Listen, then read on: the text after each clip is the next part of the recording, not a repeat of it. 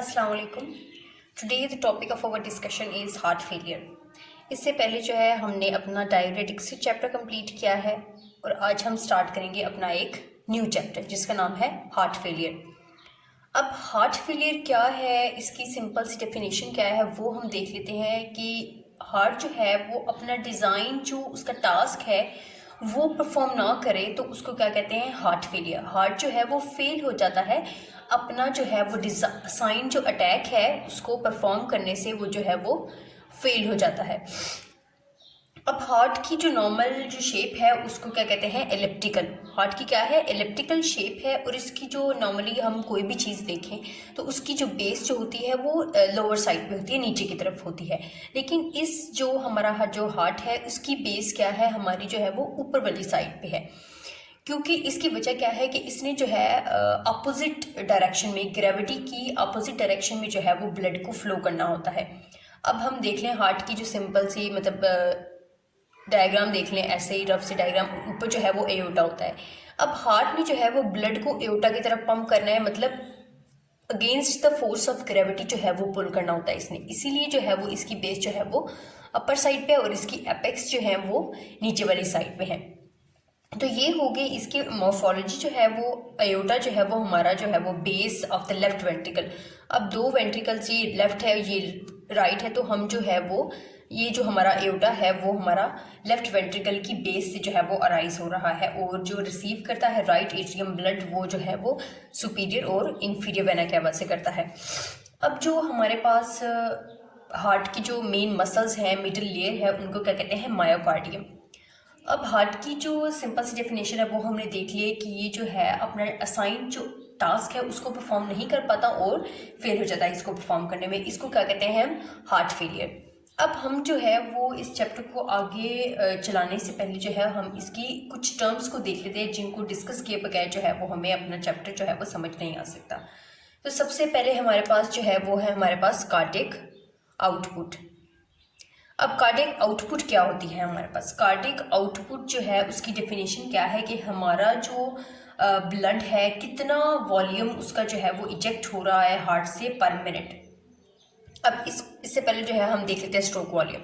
Stroke volume क्या है, volume of blood ejected by heart पर बीट। अब हमारा जो हार्ट है वो पर बीट कितना ब्लड अपने से इजेक्ट आउट कर रहा है उसको क्या कहते हैं हम, स्ट्रोक वॉल्यूम। अब पर बीट कितना हमारे पास ब्लड इजेक्ट आउट होता है वो हम देखते हैं, वो हमारे पास है 60 ml। अब 60 ml जो है वो हमारे पास पर बीट इजेक्ट आउट होता है। अब हम इसी को ही पर बीट को पर मिनट में कर दें तो वो हमारे पास क्या होगा, कार्डियक आउटपुट।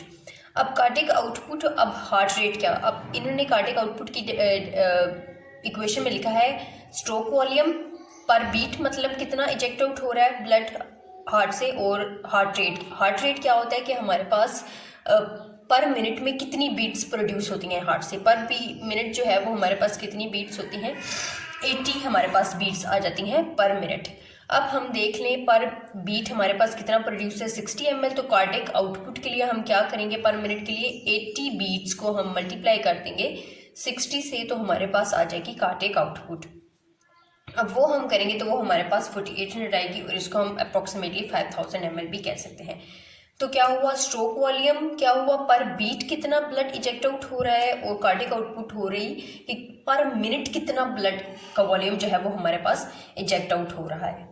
अब इसके बाद कार्डियक आउटपुट और स्ट्रोक वॉल्यूम के बाद हम आ जाते हैं प्री लोड और आफ्टर लोड क्या होता है। अब प्री लोड और आफ्टर लोड में जो मेन जो चीज़ें हैं अंडरस्टैंड करने वाली वो क्या है कि हमारे पास डायस्टोल क्या होता है और सिस्टोल क्या होता है। सिस्टोल और डायस्टोल से मुराद ये है कि डायस्टोल जब हम हार्ट रिलैक्स कर रहा होता है और उसमें फिलिंग हो रही होती है, फिलिंग के स्टार्ट होने से और उसके फिलिंग के एंड होने तक जो है वो हमारे पास फेज कौन सी है, डायस्टोल। अब इधर लिखा है start of filling of blood and it stops after maximum filling of ventricles. जब एक तो स्टार्ट डायस्टोल कब हुई, जब फिलिंग स्टार्ट हो गई, और स्टॉप कब होगी, जब हमारे पास मैक्सिमम जो है वो वेंट्रिकल्स की फिलिंग हो जाती है, एट द एंड हो जाता है, तो वो हमारे पास क्या होता है, डायस्टोल फेज खत्म हो जाती है। अब प्रीलोड क्या होता है, amount of blood entering into the ventricles at the end of diastole and diastolic pressure. अब डायस्टोल के एंड होने तक जितना भी अमाउंट हमारे पास ब्लड का वेंट्रिकल्स में आ चुका है उसको क्या कहते हैं हम, प्रीलोड। मतलब एंड डायस्टोलिक प्रेशर, डायस्टोल के एंड होने तक जितना भी हमारे पास वॉल्यूम ब्लड का हमारे वेंट्रिकल्स में प्रेजेंट है उसको क्या हम कहेंगे, प्रीलोड कहेंगे। अब आ जाती है बारी आफ्टर लोड की।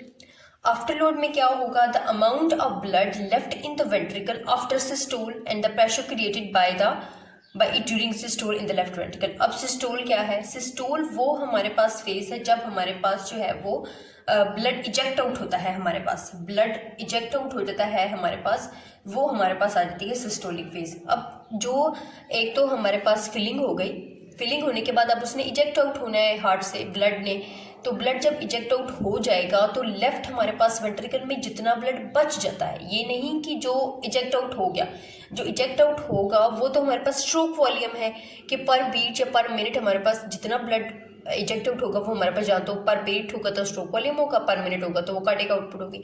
लेकिन जो ब्लड हमारे पास वेंट्रिकल में बच जाता है आफ्टर इजेक्शन उसको क्या कहेंगे हम, आफ्टर लोड।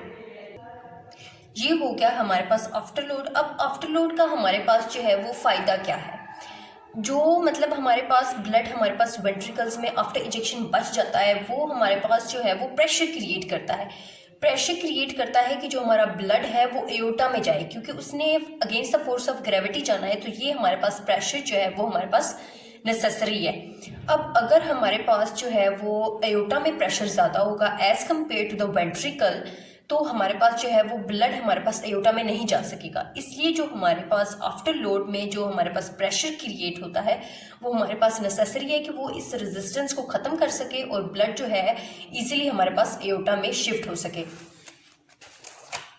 अब ये देखिए, it overcomes the resistance to pump the blood the upward. अब हमारे पास जो है वो ये जो प्रेशर क्रिएट हुआ है वो इस रेजिस्टेंस को खत्म करेगा ताकि ब्लड जो है हमारे पास एओर्टा में इजीली शिफ्ट हो सके। It opens the walls and blood moves in aorta. अब ये जो प्रेशर की वजह से वॉल्स ओपन होंगे और हमारे पास जो है वो ब्लड जो है वो एओर्टा में चला जाएगा। For this purpose the pressure in aorta should be small. अब जहाँ पे भी प्रेशर ज़्यादा होगा ब्लड की जो है मूवमेंट जो है वो उसके अगेंस्ट हो जाएगी। अब हमारे पास जो है जब अगर वेंट्रिकल्स में प्रेशर हमारे पास ज़्यादा है तो वो उसको पुश करेंगे कि एओर्टा में ब्लड जाए, लेकिन अगर एओर्टा में प्रेशर ज़्यादा होगा तो वो हमारे पास ऑटोमेटिकली ब्लड जो है वो पीछे की तरफ आएगा, बैकवर्ड मूव करेगा।